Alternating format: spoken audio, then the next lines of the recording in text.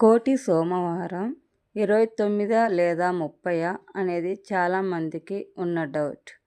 ఈ కోటి సోమవారం 30వ తేదీన జరుపుకోవాలి.